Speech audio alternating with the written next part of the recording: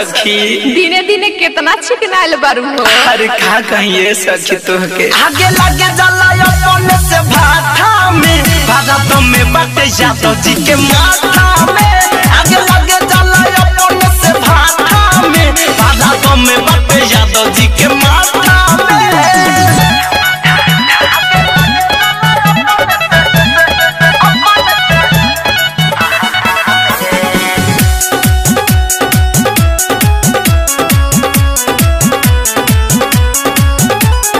ससुरा में सुख बड़ा मिलता रोज रोज पलंग भी लहता।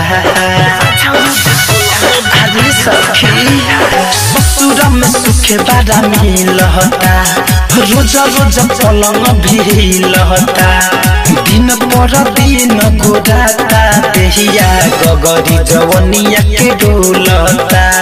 याद नहीं आवे मोरा यार के कमी नहीं होला कोनो प्यार के। मिले अलग स्वाद पियला पे सखी खाता हमें।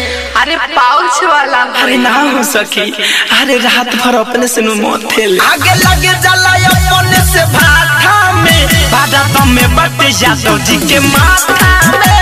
आगे लगे जला अपने से भाथा में भारत में बाटे यादव जी के माथा में।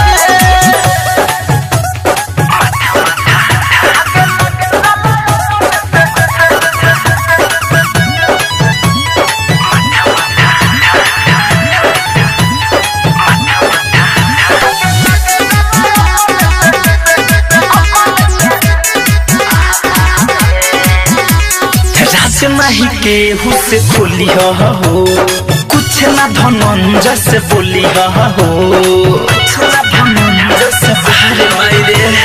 राज नहीं केहू से खोली हो कुछ ना धनंजय से बोली हो। राइटर दिनेश मारा दाहा करादा कर देता हो ही चोलिया हो।